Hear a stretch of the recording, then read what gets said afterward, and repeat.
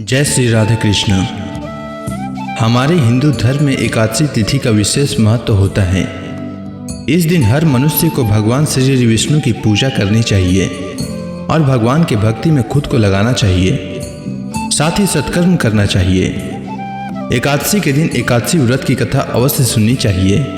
इससे जन्म जन्मांतर के पाप कर्म नष्ट होते हैं और पुण्य की प्राप्ति होती है। महीने में 2 बार एकादशी पड़ती है।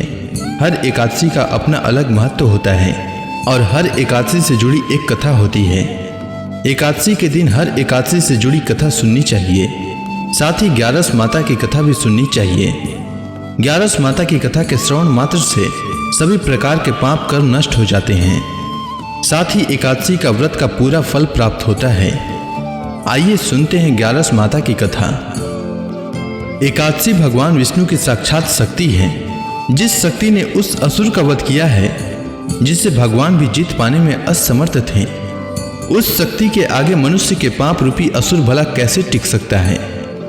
जिस शक्ति ने देवताओं के कष्ट को हर कर उन्हें सुख दिया, वह प्राणी मात्र को क्या नहीं दे सकती। सुख, समृद्धि, शांति और मोक्ष, समस्त सुख सहज ही प्राप्त हो जाते हैं।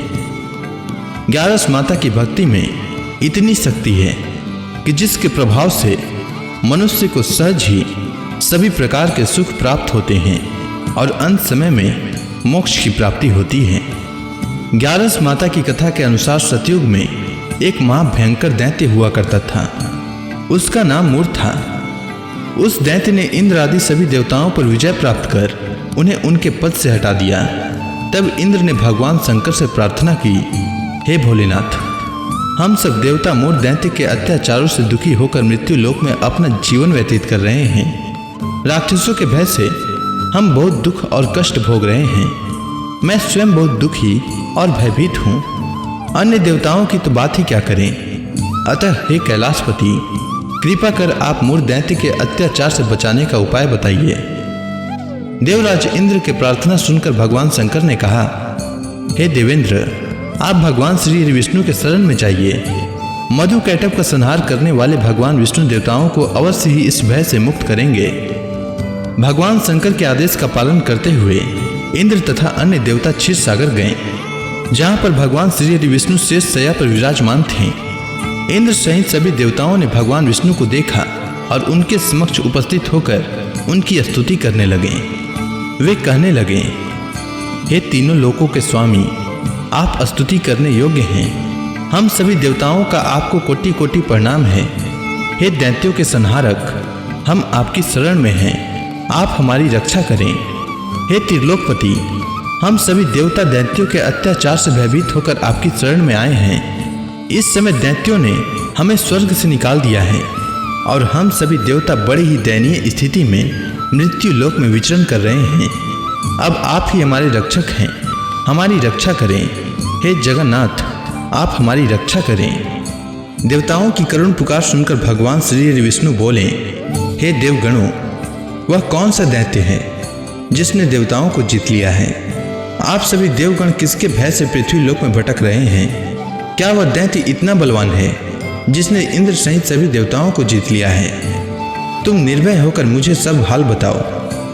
भगवान विष्णु के इस स्नेहमयी वचनों को सुनकर देवेंद्र ने कहा, हे प्रभु, प्राचीन काल में ब्रह्म वंश में उत्पन्न हुआ नाड़ी जंगम नाम का एक असुर था, जिसका मूर नामक एक पुत्र है, जो चंद्रवती नामक नगरी में निवास करता है, जिसने अपने बल से मृत्यु लोक और देवलोक को जीत लिया है और सब देवताओं को देवलोक से निकालकर अपने दैत्य कुल के असुरों को इंद्र, अग्नि, यम, वरुण और चंद्रमा आदि सभी को लोकपाल बना दिया है। वह स्वयं सूर्य बनकर पृथ्वी को तापता है और स्वयं मेघ बनकर जल की वर्षा करता है। अतः आप इस बलशाली भयानक असुर का संहार करके देवताओं की रक्षा करें। देवेंद्र के मुख से ऐसे वचन सुनकर भगवान विष्णु बोले, हे देवताओं, मैं आपके शत्रु का शीघ्र ही संहार करूंगा। आप सभी इसी समय मेरे साथ चंद्रवती नगरी चलिए। देवताओं की पुकार पर भगवान विष्णु तुरंत ही उनके साथ चल दिए। उधर दैत्य राज मूर ने अपने तेज से जान लिया था कि श्री विष्णु युद्ध की इच्छा से उसकी राजधानी में आ रहे हैं। अतः अपने राक्षस योद्धाओं के साथ वह भी युद्ध भूमि में आकर गरजने लगा। देखते ही देखते युद्ध शुरू हो गया। युद्ध शुरू होने पर अनगिनत असुर अपने अस्त्र शस्त्रों को धारण कर देवताओं से युद्ध करने लगे, किंतु देवता तो पहले ही डरे हुए थे। वह अधिक देर तक राक्षसों का सामना न कर सके और भाग खड़े हुए। तब भगवान विष्णु स्वयं युद्ध भूमि पर आ गए। दैत्य पहले से भी ज्यादा जोश में भरकर भगवान विष्णु से युद्ध करने लगे। वे अपने अस्त्र शस्त्रों से उन पर भयानक प्रहार करने लगे। दैत्यों के आक्रामक वारों को श्री हरि विष्णु अपने चक्र और गदा के प्रहारों से नष्ट करने लगे। इस युद्ध में अनेक दैत्य सदा के लिए मृत्यु की गोद में समा गए, किंतु दैत्यराज मूल भगवान विष्णु के साथ निश्चल भाव से युद्ध करता रहा। उसका तो जैसे अभी बाल भी बांका नहीं हुआ था। वह बिना डरे युद्ध कर रहा था। भगवान विष्णु मूल को मारने के लिए जिन जिन शस्त्रों का प्रयोग करते, वे सब उसके तेज से नष्ट होकर उस पर पुष्पों के समान गिरने लगते। अनेक अस्त्र शस्त्रों का प्रयोग करने पर भी भगवान विष्णु उससे जीत न सके। तब वे आपस में मल्ल युद्ध करने लगे। भगवान श्री विष्णु उस असुर से देवताओं के लिए सहस्त्र वर्षों तक युद्ध करते रहे, किंतु उस असुर से न जीत सके। अंत में भगवान विष्णु शांत होकर विश्राम करने की इच्छा से बद्रिकाश्रम स्थित 38 कोस लंबी एक द्वार वाली हेमवती नाम की एक गुफा में प्रवेश कर गए। उस गुफा में भगवान ने शयन किया।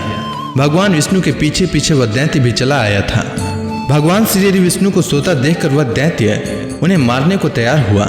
वह सोच रहा था कि आज मैं अपने चीर शत्रु को मारकर हमेशा हमेशा के लिए निष्कंटक हो जाऊंगा, परंतु उसकी यह इच्छा पूर्ण न हो सकी, क्योंकि उसी समय भगवान विष्णु की देह से दिव्य वस्त्र धारण किए एक अत्यंत मोहिनी कन्या उत्पन्न हुई और राक्षस को ललकार कर उससे युद्ध करने लगी। उस कन्या को देखकर राक्षस को घोर आश्चर्य हुआ और वह सोचने लगा कि यह ऐसी दिव्य कन्या कहां से उत्पन्न हुई, और फिर वह असुर उस कन्या से लगातार युद्ध करता रहा। कुछ समय बीतने पर उस कन्या ने क्रोध में आकर उस दैत्य के अस्त्र शस्त्रों को टुकड़े टुकड़े कर दिए। अब तो उस दैत्य को बड़ा ही क्रोध आया और वह सारी मर्यादाएं भंग करके उस कन्या से मल्ल युद्ध करने लगा।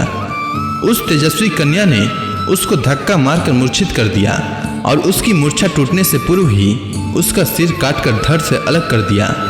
सिर काटते ही वह असुर पृथ्वी पर गिरकर मृत्यु को प्राप्त हुआ। बाकी बचे असुर अपने राजा का ऐसा दुखद अंत देखकर भयभीत होकर पाताल लोक में भाग गए। भगवान विष्णु जब निद्रा से जागे तो उस असुर को मरा देखकर उन्हें घोर आश्चर्य हुआ और वे सोचने लगे कि इस महाबली को किसने मारा है। तब वह तेजस्वी कन्या श्री हरि से हाथ जोड़कर बोली, हे जगदीश्वर, यह असुर आपको मारने को उद्यत था, तब मैंने आपके शरीर से उत्पन्न होकर इस असुर का वध किया है। कन्या की बात सुनकर भगवान बोले, तुमने इस असुर को मारा है, अतः हे कन्या, मैं तुमसे अत्यंत प्रसन्न हूँ। इसे मारकर तुमने तीनों लोकों के देवताओं के कष्ट को हरा है, इसीलिए तुम अपनी इच्छा अनुसार वरदान मांग लो, मैं तुम्हारी प्रत्येक इच्छा को पूर्ण करूंगा। भगवान की बात सुनकर कन्या बोली, हे प्रभु, मुझे यह वरदान दीजिए कि जो मनुष्य या देव मेरा व्रत करे उसके सभी पाप नष्ट हो जाएं और अंत में उसे स्वर्ग लोक की प्राप्ति हो। मेरे व्रत का आधा फल रात्रि को मिले और उसका आधा फल एक समय भोजन करने वाले को मिले। जो श्रद्धालु भक्ति पूर्वक मेरे व्रत को करे वे निश्चय ही वैकुंठ लोक को प्राप्त करे। जो मनुष्य मेरे व्रत में दिन तथा रात्रि को एक बार भोजन करे वह धन धान्य से भरपूर रहे। कृपा करके मुझे ऐसा वरदान दीजिए। भगवान श्री विष्णु ने कहा, हे कन्या, ऐसा ही होगा। मेरे और तुम्हारे भक्त एक ही होंगे और अंत में संसार में प्रसिद्धि को प्राप्त होकर मेरे लोक को प्राप्त करेंगे।